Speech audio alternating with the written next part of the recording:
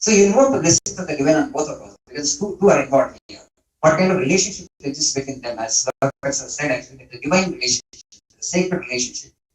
If we don't have the sacred relationship, we don't actually make it sacred, and it will be difficult for you. So the first instruction that we give there actually, this is the thing. Because spirits have the temptation, the world habit doesn't like that quickly, and they continue with that and ask me actually, so this teacher I don't want to put me to that class. I say that the teacher that you've got actually is decided for you by the Almighty Himself. I'm helpless. So you just surrender to the teacher, things will happen. Have patience, have patience. And today generation of spirits are very patient in that way. They're highly judgmental. Okay, highly judgmental because there's so much of choice available, right? There is so much of choice available. It's not like earlier days. And that's the reason the nature of the human mind is to compare. All these teachers know about. Once you come to the conclusion, you can't learn anything from the teacher. You're physically present, mentally absent all the time. Because your paid fees, maybe you come and attend a class, but you won't be able to learn much. So that's the reason you have to help them actually resist the temptation of judging the teacher. That's why in our culture, they say, Acharya Devo Bhava. It is an eternal truth. Whoever actually, tomorrow I used to tell my students actually, tomorrow when you become a teacher, I'll ask your students to repay you first. You are an emblem of the divine. And today actually, if you just look at, I'm not passing in judgment or comment, but in public sector, as far as the money is concerned, India has to pay less for teaching profession. That's the reason. Not all, but actually, large percent of the people who are intelligent actually they don't come to this profession. They don't, it's not that charming for them because everything is viewed from the point of view money only. How much of money it gives, how much of money it brings. So, but in ancient India, it was not like that. People who come to religious professions would never care for money. They wanted to cultivate knowledge passionately and they want to give. That's how they want to serve the society. So that ability to serve and the desire to serve the society must be there in a teacher. You are not actually money oriented. Not that actually money is not necessary. Money is necessary. We all know. So it's very important that easy to primary objective. You should never become a primary objective. You should never care for money. You should not become a slave of money. Wealth will come, money will come, payment will come, but you should not run after that. So in our system, particularly the government system, you see, of course, there are noble teachers and great teachers, good percentage, but still a larger percent of the teachers, they're not focused on teaching. Why? Because they are distracted with so many things. Somebody was told, Swamiji, they do everything other than teaching now. That has become the situation. So the teaching profession, they do everything other than the teaching. Of course, the government also discusses the government, the election body, this body, and that body. That's one thing. And apart from that, so many things about business as well. Where do I invest the money here and there? Your mind is so scattered. Okay, the mind is so diffused. But now, how can you cultivate knowledge? You should have a single-minded focus to cultivate knowledge. You can't get distracted. Distracted because the mind is going after money means that if you get distracted, you won't be able to learn anything afterwards, teachers, students won't be interested to learn from you. So when we talk about Vivekananda's guru, Ramakrishna Paramahamsa, they say the Acharyanam Mahacharya. He never touched money in his lifetime. Okay, he thought Vivekananda sat at his feet and learned his lessons. And this Vivekananda actually shook the world. Okay, he shook the world with his knowledge, the power, whatever his skill, art, the kind of knowledge that he had given. He said the message that I have given is sufficient for 1500 years. 39 years only he lived. And this man, he sat at the feet of the illiterate man, Ramakrishna Paramahamsa, and had his lessons. What actually made the difference? And Swami Vivekananda said that this Sri Ramakrishna Paramahamsa loved him more than his mother had loved him. Right? More than his mother, Sri Ramakrishna Paramahamsa loved him. He had nothing to expect from his disciple. Absolutely. Unconditional love, we talk about. Unconditional love. When you have that kind of love, you'll be able to get it. The first thing is you must love your profession. The second thing is you must love your children, students. And the third thing is you must love your subject, whatever the subject that you do. If you have these three qualities, first you love your profession, and you must love your children, students, and third actually you must love your subject. If you have these three, and then you will become a great teacher. There's no doubt in that. So whatever will be the subject, it's a part of that universal knowledge only. There's nothing like it, this is secular, this is a lower knowledge, this is a higher knowledge. Knowledge is knowledge. What are the subject that you have taken up? And just take it up seriously and be committed to that. You'll be able to deliver. And another thing is you must enjoy the teaching process. I keep telling our teachers all the time this. See, forget about students. Don't worry about students and about delivering things. Do you enjoy the process? Do you enjoy the work that you're doing? Or actually you feel compelled all the time. Because I have to earn some money. Okay, I have to run my family. I have to get some salary. Okay, I need some money. I'm doing the profession. It becomes a burden after some time. You won't be able to deliver. So the important thing is you must love your work. That is basically teaching. If it gives joy to you, you will be able to do it. And I've seen, when I think Professor Rashdi, you spoke, French professor, I saw him, he regularly used to teach very well also. At the age of 85, so passionate about teaching French, could be bubbling with enthusiasm. And students actually in front of him, they used to feel him like a small child. With that much of passion, he used to teach French, a language. So that means actually he would enjoy the process of teaching. He would up to 92 or 93, very constantly. So that's very important, that you must enjoy the work that you do the teaching. You must enjoy. Then actually student will pay highest attention. Will get riveted to you automatically. His mind will get riveted to you. And that will happen only when the teacher enjoys the process of teaching. It's very important. That should give you some joy. Okay, I keep asking the people who have entered into this teaching profession. You have come to this profession by choice or by chance? So you have to put this question to yourself. Okay, you have come to this profession by choice. Yes, yes. You have come. You have chosen it. You wanted to be a teacher, and you have become a teacher, and you must deliver that somehow. You should have that commitment. Okay, whether in terms of money, whether in terms of respect, is it the highest profession? May not be, not necessary. Okay, society is not that evolved, not like ancient India. Ancient India, teacher means just emblem of the divine. That much respect will be given. Research. They used to get that much respect, but today's teacher's profession, and it doesn't of course with respect to the profession, but still compared to other professions, there is more money, people may be showing more respect. But you must respect yourself and your calling. First thing. So I have become a teacher by choice, and I will tell you what. I am actually involved in nation making, basically. Particularly if you're a school teacher, your responsibility is still higher. Because the child's character is formed only in school. Only from teacher they learn. Today actually the campus system has become very weak, and parents actually what the role that they need to play, they're not able to play because of various reasons, because both are employed and they don't have time for themselves, they're not able to give sufficient time for the children. So now the teacher becomes both the teacher and the mentor also. You have to become a mentor for your children also. So you have to deliver. Nation building happens only through you, and you are into that noble profession, and that you should have that feeling and you should have the sense of it. And when you have that, you will definitely be able to deliver and continue gain immensely. If you large percent of the teachers have that kind of passion to teach, that kind of mentoring if they do it. Mentoring is necessary both at the school stage and also at the college stage also. Today's previous institution, what is happening? I'm a mechanical engineering professor. What I do is I go to the class and I do the mechanical engineering class and I go away from the class. Now I must play the role of the mentor also, because 4 years the children are here, for example, top institutions, IITs and NITs, they are in hostels. The parents are not there, they're away from the home. Parents actually. So the professor, the teachers have to go play the role of the parent also. You must mentor them. You must engage them, as Professor Sparkers has said, discussion. Open discussion. Okay, I'm going to go mechanical engineering for some time. About life, some general matter, general issues. There are so many emotional issues. There are teens, actually 19 years, 18 years. Full parents are not there actually for them to share. So the teacher has to play the role of mentor. There should be discussion outside the classroom. You can have a discussion, you can have debate. And if you have any problem, you can just open and discuss with me. Then you develop that kind of love for your children. And you are really, committed for their growth. And you are genuine concern for their welfare, then actually teaching will happen. So that bond of love must be created between the teacher and the student, then only teaching will happen. And the physical classroom, the live teacher is actually indispensable. Pre-recorded lessons will never do. Pre-recorded lessons will never work. So the education and the teacher's role is actually, as they always the same. It will never become irrelevant. Okay? It will never become obsolete. It will never become outdated. Provided you have love in your heart.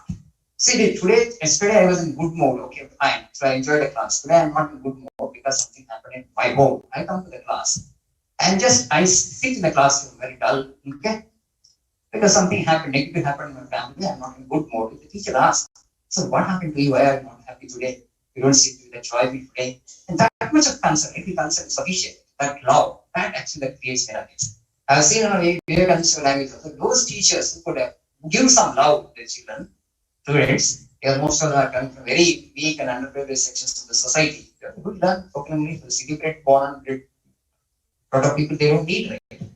Those who are studying in convents in different schools, and those people are from rural areas, mostly from poor economic backgrounds. They come and I keep telling our teachers, most of them are women. your women actually, it should be easier for you actually to give that motherly love to them. So whichever the teacher actually is doing that, okay, asking them actually what your father, what your mother, what you do, you have any problem, that much is sufficient. They're taking so much of trouble to travel from 10 kilometers to 15 kilometers distance because this teacher is a loving teacher. So they enjoy that 1.5 hour or 2 hour period because the teacher is so concerned about their, well-being. That's very important. There actually human element. I just conclude my speech. A small anecdote. So there was a computer making company. They have made actually invented a supercomputer. The supercomputer is able to do everything. And the manufacturers of the company, they challenged, they wanted to release to the market that supercomputer, and they had arranged a program and they invited all the technocrats and great people and said, you can ask any question to this supercomputer, it will be able to answer. And they asked so many computers because so much of data they fed into the computer, and for every question actually, so immediate answer, instant answer the computer would give. And I want to prove actually how great a computer that they have built. And there was a small girl, in the hall, and then she asked the computer, Mr. Supercomputer, how does it feel? How does it feel like to be a supercomputer? The computer processed, and it collapsed. Hard disk got crashed. Computer has no feeling. That's the only difference. In fact, you cannot bring feeling into the machine. Okay, the human element is always indispensable. So for that, actually, you need to work upon yourself through meditation, through prayer, through selfless work. Selfless work, I mean, actually, we may not have resources to help the society. You can just pray, Yoga Samastha Sutano Bhavantu. Every day before going to bed, keep praying like it. Vivekananda says, expansion is life, contraction is death. Slowly, your consciousness will expand, and you will become a loving human being. That love comes into your heart. The divine will infuse that love into your heart. Then you will be a miracle. Then you will be a great teacher. Then you will become a successful teacher. So there actually lies the genius of the teacher. How loving you are, how kind you are, how compassionate you are, how concerned you are. Your spirits, that kind of loving concern you can bring to your being, your personality. I'm sure you'll become a great teacher. And I hope actually this new education policy is making this nation curriculum framework for both actually education and also teacher training. They will incorporate all these things, particularly India, actually spiritual land. First, we need to know ourselves. The seen is not as important as the seen. We know yourself, what you are, can you control your thoughts, can you control your emotions. The more you concentrate upon yourself, the more you focus upon yourself, the more you can deep with your own self, then the more actually the chance for you to unravel the mystery of this universe. All the great physicists like Werner Heisenberg, Max Planck, including Niels Bohr, they all have come to one conclusion in physics. They said that because of observing the movement of this electron and atomic particles, sometimes they don't behave like wave, or sometimes when you observe they behave like particles. When you don't observe they behave like wave. It perceived them. And then they came to the conclusion that they will never be able to understand the mystery of the universe with this kind of research unless you factor in the observer. The observer is not as important as the observer. That was the last conclusion they had come, and they left it out there. But whereas in India, if you just see the Ramana Maharshi, he just began his quest with their mind. They ran 5,000 years back, 6,000 years back, Rishis put the question to them, who am I? I won't be able to know this universe unless I know myself. Required, surrender the required to the divine. Okay? Surrender means, inshallah. Islam, they say, keep saying all the time, may the divine will, not my will, but divine will is so supreme. So constantly you need to surrender your limited individuality so that the divine individuality, positive individuality, will enter into you and you will become a great human being. I'm a flexible human being. A little ego, no ego, and trace of ego. That actually you need to earn. That actually you should work out yourself. And it's very important that you need spirituality, others they don't need something like that. You're already spiritual, you need to access that divine as it says. And you need to manifest the divine constantly. For that, you need to work upon yourself. The more you enhance, the more you purpose, the more you work upon yourself, the more actually, better are the chances for you to become a great teacher. So I wish you all, a great educational experience in the years to come. I pray to Swami Vivekananda that he may shower his choices, blessings upon you all. I'm grateful and thankful to Raymond Garu and Madhusudan Garu and Surinath Garu for inviting me over to this seminar and asking me to share my views with you all. May God bless you all. Thank you.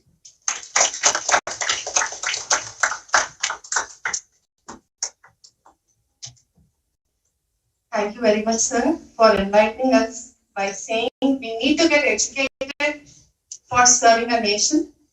We need to observe and conceive things around for best learning, and we need to get upgraded as teachers, and we need to get liberated ourselves with education. And the best thing is the human touch and concern for students cannot be replaced. Thank you very much, sir, once again. Now I request the last guest for today, Professor S.M. Rahmatullah Garu, Honorable Vice Chancellor of Manu, to kindly share your knowledge with us, sir. Thank you.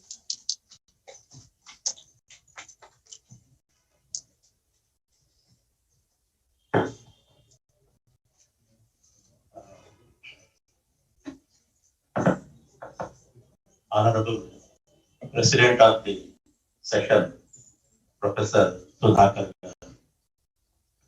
respected guest of honor, Swamiji, and conveners of this session, Sri Murali Manohar Garu and Shankar Garu and Madhusudan, and respected participants who are the teachers of the teachers and would-be teachers of this country. First of all, let me convey my thanks to the organizers for giving me this opportunity to be here and listen Swamiji and the input what you have given to me.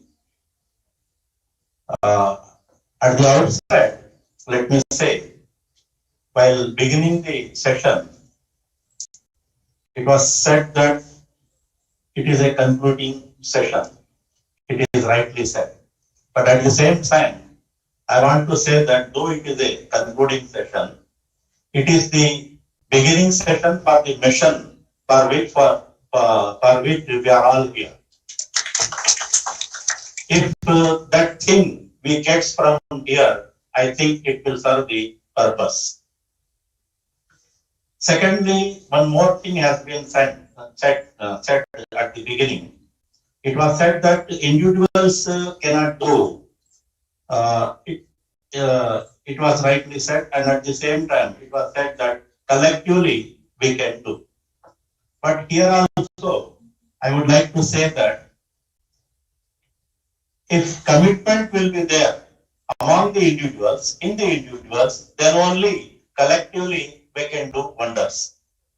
If group is there and among the group, if commitment is lacking in the individuals, that will not serve the purpose. So it is most important to have commitment in ourselves. Once commitment is there, I think we can do wonders even individually as well as collectively.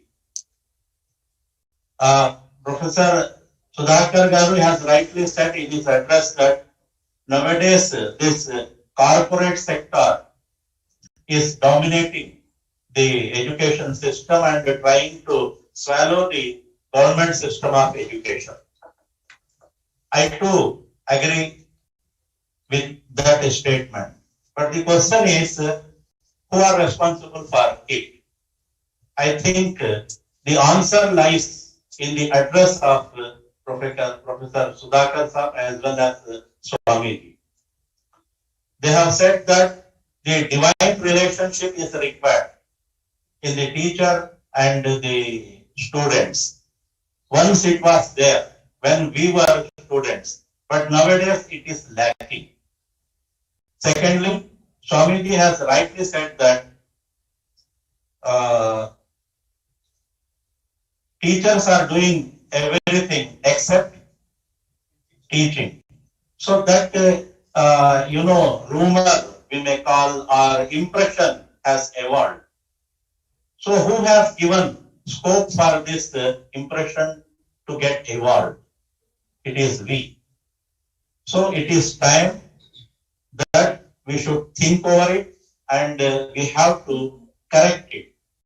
If we correct it, I think we will prevail, and the education system the government has built will prevail, and there will not be any much scope for corporate sector.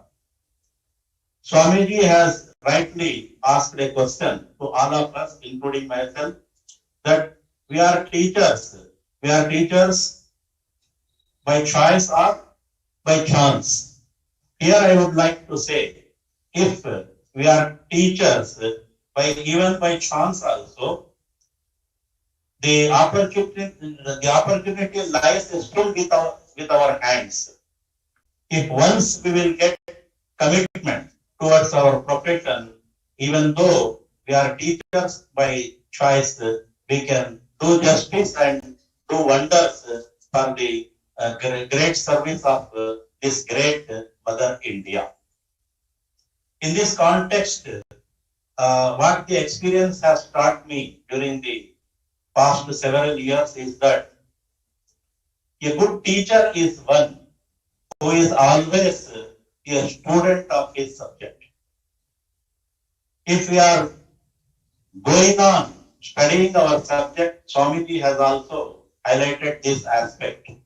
If we are going on reading our subject, updating our knowledge, then we will get motivation, and that motivation will permit us to deliver the goods in the classroom in a more better way. So in that way also we can prove ourselves to be a good teacher. Well, friends, I was asked to speak on more particularly, National Education Policy 2020. I will try to, speak on that topic, and I will try to confine myself on how this new education policy, National Education Policy 2020, is different from earlier education policy, and what impact it can have on teacher education. I will try to be brief because much time has been taken, and I think you might be very tired. However, let me begin by saying that, as you know, human resources are the most important. Human resources are the most important. Why? Because the purpose of human development and the goal of national development lies with human development only. If human development are well trained, well educated, they can make use of the other resources properly and try to develop the nation. It's a fact. And it is also a fact that education is the key for human development, and the national education policy is a must for the versatile development of any country. So in this sense, the national education policy has got great significance. Earlier also, we used to have national education policy. Now, we were given the new education policy 2020. It is different when compared to earlier education policy in so many things. First of all, let me say, it is a wonderful policy. It is a wonderful policy in the sense that it was framed after giving much scope for discourse, and it was framed after taking into consideration the opinions of different people from different walks of life from our country.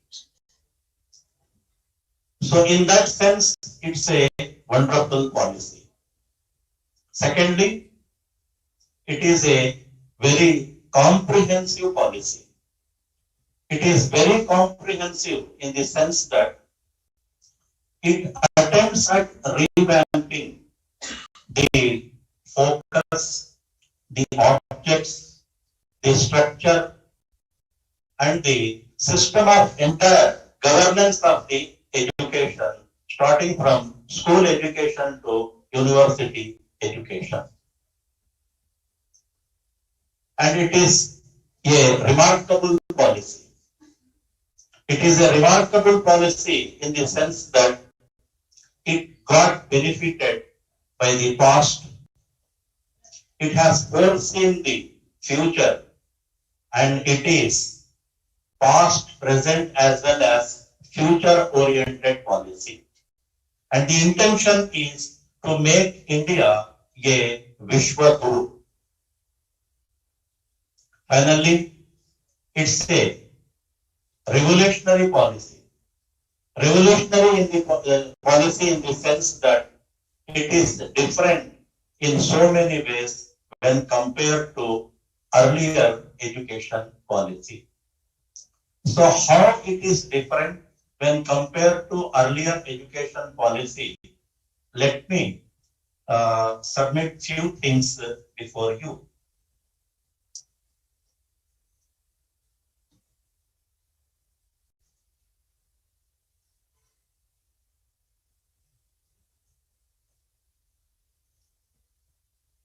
First of all,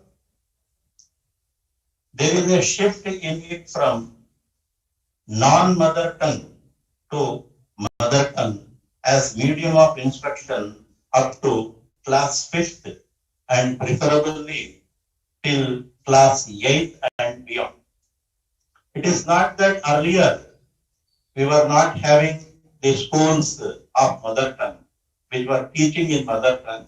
Earlier also we had the schools. Now also we are having such schools. But the thing is that in one way or the other, this policy is trying to make the mother tongue as a compulsory medium of instruction for all the children up to class 8th and if possible up to class 8th and afterwards also. Secondly, there is a shift from knowledge-based education to knowledge plus skill-based education in this policy.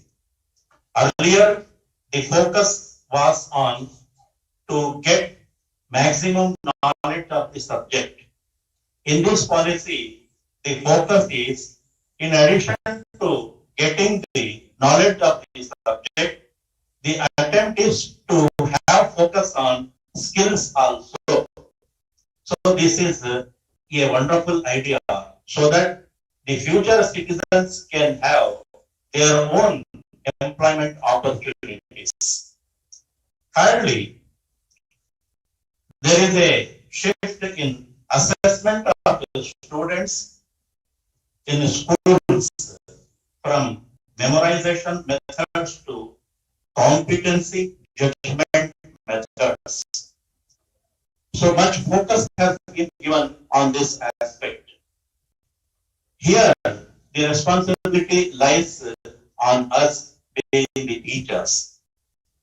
We have to try not to judge the, by hurting powers of the students, but to judge the competency, knowledge, and efficiency of the students.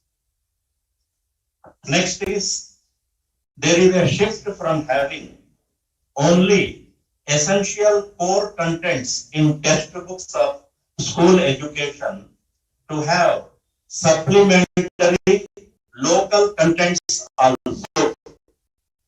Earlier in our curricula, we used to have the contents of the core subject only. This time an attempt has been made and much scope has been provided that in addition to the core knowledge of the subject, the local knowledge